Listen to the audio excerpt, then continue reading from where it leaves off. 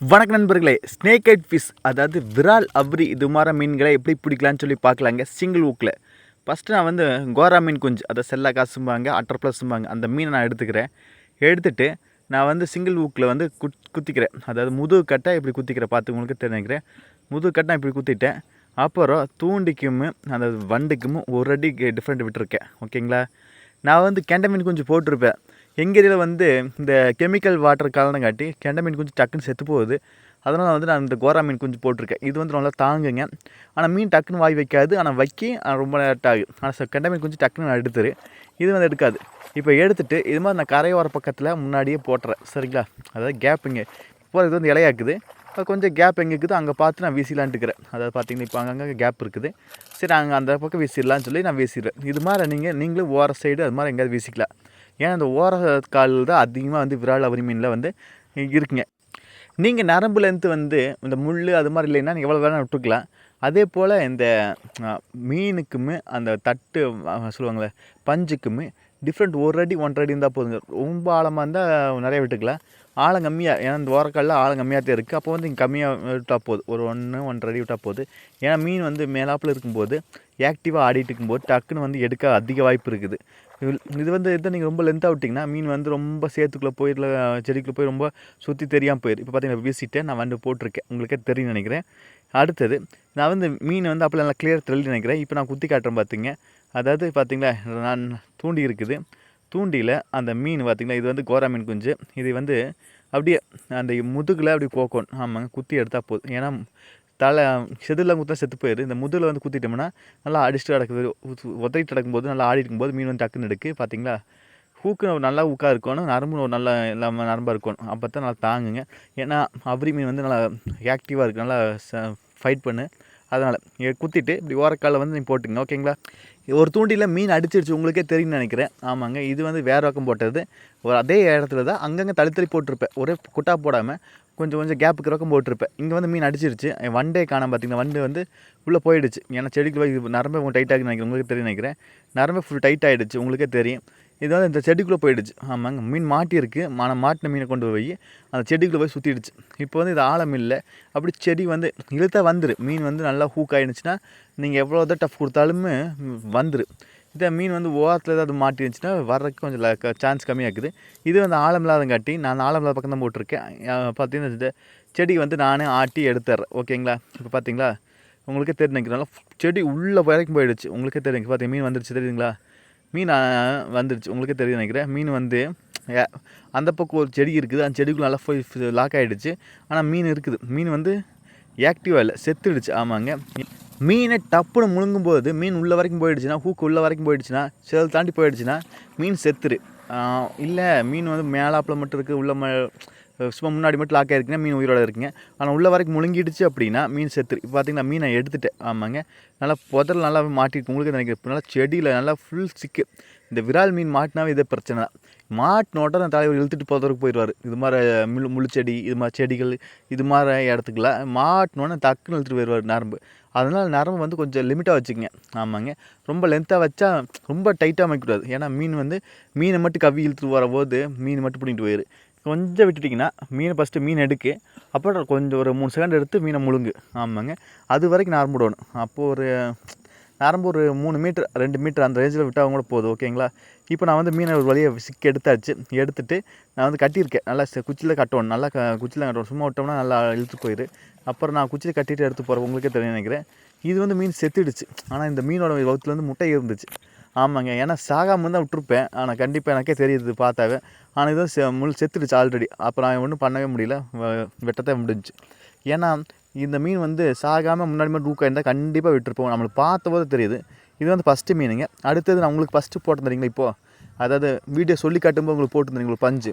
அதுக்கடுத்து இதில் அடிச்சிருச்சு. ஆமாங்க இது வந்து அப்படியே நான் போட்டிருந்தேன். உங்களுக்கே தெரியும் நினைக்கிறேன். இதில் வந்து அப்படியே வந்து பஞ்சு போட்டிருந்தேன். இப்போ பஞ்சை காணாமல் பார்த்தீங்கன்னா உங்களுக்கே தெரியும் நினைக்கிறேன். மீன் வந்து அடிச்சிருக்குது. அந்த வாட்டர் கேன் இப்போ ஆடிச்சு நரம்பு.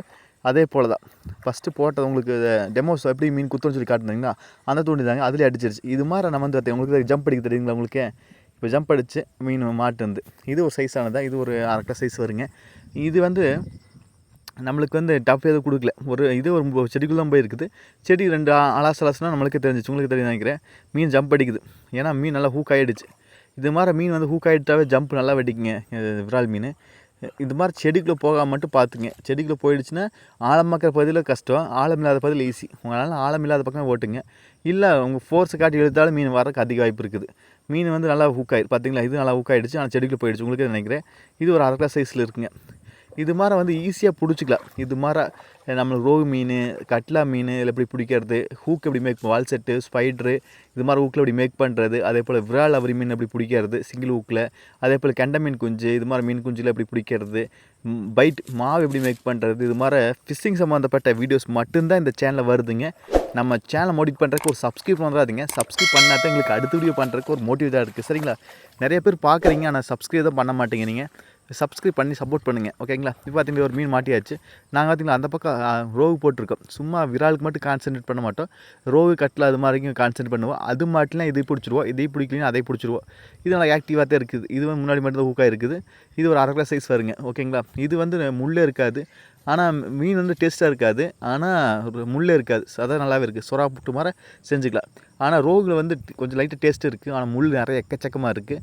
கட்டில் அதே மாதிரி தான். அதே போல் ஜிலேபி மீன் அடிச்சிக்க முடியாது, எனக்கு பிடிச்ச மீன் ஜிலேபி தான். உங்களுக்கு என்ன மீன் பிடிச்சுன்னு சொல்லி கண்டிப்பாக கன்ஃபார்ம் சொல்லுங்கள். அடுத்து இன்னொரு மீன் ஹூக் ஆகிடுச்சு, இது அதே போல் தான், சரிங்களா. இது வந்து நல்லா இது மாதிரி கேப்பில் தான் நாங்கள் போட்டிருப்போம். இது அதே போல் நான் பஞ்சு வந்து காணா, பஞ்சு கட்டினா நம்மளுக்கு பெனிஃபிட். ஏன்னா பஞ்சு காணானாவே மீன் அடிச்சிருக்கு இல்லை மீன் மாட்டியிருக்கு. ஆமாங்க, நரம்பு இழுத்துட்டு போய் இழுத்துட்டு போனாவே தெரியாது, ஆனால் நம்மளுக்கு வந்து பஞ்சு இது மாதிரி கட்டியிருந்தோம்னா ஈஸியாக தெரியும். இது பார்த்திங்கன்னா நல்லா சைஸானது தான், ஏன்னா இது மாட்டி நல்லா இதே நம்ம டஃப் கொடுத்துருச்சு. ஏன்னா ரொம்ப இது ஆழமான இடம், நல்லா ஓரத்தில் செடிக்கு நல்லா கொண்டு போயிடுச்சு, உங்களுக்கே தெரியும் நினைக்கிறேன், நல்லாவே கொண்டு போயிடுச்சு. இப்போ பார்த்திங்கன்னா உங்களுக்கே தெரியும் ஃபுல்லாக டைட்டாகவே இருக்குது. ஆமாங்க, நரம்பு எல்லாமே டைட்டாகவே இருக்குது. சரி, இது நம்ம எப்படியே கஷ்டப்பட்டு எடுத்துருவோன்னு அப்படின்னு சொல்லிட்டு நானும் பார்க்குறேன். ஏன்னா இது ஆழமான பகுதி, ஆழமான பகுதியில் வந்து நம்ம வந்து மீன் மாட்டுறது ரொம்ப ரொம்ப கஷ்டம். மாட்டினாலுமே மீனை விங்கடிக்கிறது ரொம்ப ரொம்ப கஷ்டங்க. அதனால் நீங்கள் உங்களுக்கு நீச்சல் தெரிஞ்சுன்னா பரவாயில்ல இறங்கிருங்க, நீச்சல் தெரியலன்னா கண்டிப்பாக இறங்காதீங்க. ஏன்னா கொஞ்சம் ஸ்லிப் ஆனாலும் தண்ணி குளிந்துருவோம். அதனால் எனக்கு கொஞ்சம் நீச்சல் தெரியுங்க, ஆனால் இருந்தாலும் நான் தண்ணியில் இறங்க மாட்டேன். ஏன்னா தண்ணி வந்து ஒரு சில தண்ணி வந்து சாக்கடை தண்ணி, கெமிக்கல் தண்ணியில் வந்துருச்சுனாவே நம்ம தண்ணி வந்து பிக்க ஆரம்பிச்சுனாவே தடிச்சுக்கு அது மாதிரிலாம் இருக்குது. அதெல்லாம் இந்த மாதிரி தேங்கி கிடக்கிற தண்ணியில் பார்த்து இறங்கணும், சரிங்களா. நான் வந்து அதிகமாக இல்லை இறங்கவே மாட்டேங்க, இறங்க நம்மளுக்கு தான் பிரச்சனை. அதனால் இப்போ பார்த்திங்கன்னா நல்லா செடி நல்லா பெரிய புதர் தான். இந்த புதரை எடுத்தால் தான் நம்மளால் மீன் எடுக்க முடியாதனால காய்ப்போச்சு. ஏன்னா ரொம்ப சுற்றிடுச்சு, அந்த கீழே வந்து அந்த புதர் வேரில் நல்லாவே சுற்றிடுச்சு செடியோட வேரில். அப்போ வந்து நம்ம என்ன பண்ணணும், அந்த செடி ஒவ்வொருனா நம்ம பிடிச்சி கையில் பிடிச்சி இழுத்தா தான் நம்மளுக்கு வந்து மீன் வரும். நானும் இழுத்து பார்த்தேன், சரி மீன் அந்த வேலை தூண்டிலாம் வரட்டும் சொல்லி நானும் இழுத்து பார்த்துட்டேன். ஆனால் இது நம்மளுக்கு வர மாதிரி தெரியல, உள்ளே வந்து சேர்ந்தே கிளம்புது. அப்போ வந்து அந்த செடியோட வேர்க்கடி வரைக்கும் போயிடுச்சு அப்படின்னு நான் தெரிஞ்சுட்டேன். சரி வேறு வழி இல்லை, இந்த செடியோட வேறு ஒவ்வொன்றா பிடிச்சி நம்ம கையில் பிடிச்சி இழுத்தாத்தான் ஆகு. உங்களுக்கு தெரியுங்க எவ்வளோ நான் இது பண்ணுறேன் பாருங்கள் உங்களுக்கு. ஆனால் இருந்தாலும் மீன் அந்த வாய் அங்க மாட்டேங்குது, நரம்பு அங்காது, நரம்பு நல்ல ஹெவியாக நரம்பு. அதே போல் ஹூக்கு நல்லா ஆகிடுச்சு, அதனால் மீன் வந்து அங்காது.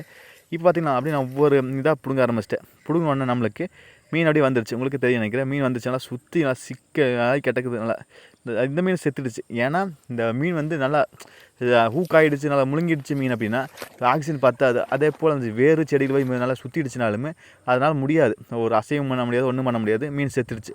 அதே போல் அந்த கட்டி வச்சுருக்கிற அந்த இதில் ஓரத்தை வந்து நான் அவுத்துட்டு அப்படி மேலே எடுத்துட்டேன். இது ஒரு காக்டஸ். இந்த சைஸில் எங்களுக்கு நிறையா மீன் இருக்குது, விரால் மீன் இந்த இடத்துல. இந்த 1/2 கிலோ இந்த 3/4 கிலோ சைஸில் நிறையா மீன் இருக்குது. இது மாதிரி ஆல்ரெடி வீடியோ போட்டிருக்கு, இனிமேலும் போட போகுது. எதாவது டவுட்னா கண்டிப்பாக கமெண்ட் பாக்ஸில் கேளுங்க. இதே மாதிரி ஸ்னேக் ஹெட், அது விரால் அவரி இது மாதிரி மீன் எப்படி பிடிக்கலாம், அதே போல் கட்லா ரோகு இது மாதிரி மீன் எப்படி பிடிக்கலாம், ஜிலேபி மீன் எப்படி பிடிக்கலாம்னு சொல்லி ஆல்ரெடி வீடியோ போட்டிருக்கு. நிறைய போடும்போது இனிமேலும் வீடியோ போட போகுது. நம்ம சேனல் புதுசாக வந்து சப்ஸ்கிரைப் பண்ண மறந்துடாதீங்க. சப்ஸ்கிரைப் பண்ணிவிட்டு பக்கத்தில் ஒரு பெல் பட்டன் வருங்க, அதை எழுத்தி ஆள் கொடுக்க மறந்துடாதீங்க. நாங்கள் போடுற ஃபிஷ்ஷிங் சம்மந்தப்பட்ட வீடியோஸ்லாம் உங்களுக்கு வரணும்னா நம்ம சேனல் சப்ஸ்கிரைப் பண்ணுறாதீங்க. நீங்கள் பண்ணுற ஒவ்வொரு சப்ஸ்கிரைப் தான் எங்களுக்கு அடுத்த வீடியோ பண்ணுறதுக்கு ஒரு மோட்டிவேட் தரும், சரிங்களா. மீண்டும் ஒரு நல்ல பதிவு சந்திப்பன் பை, டேக் கேர்.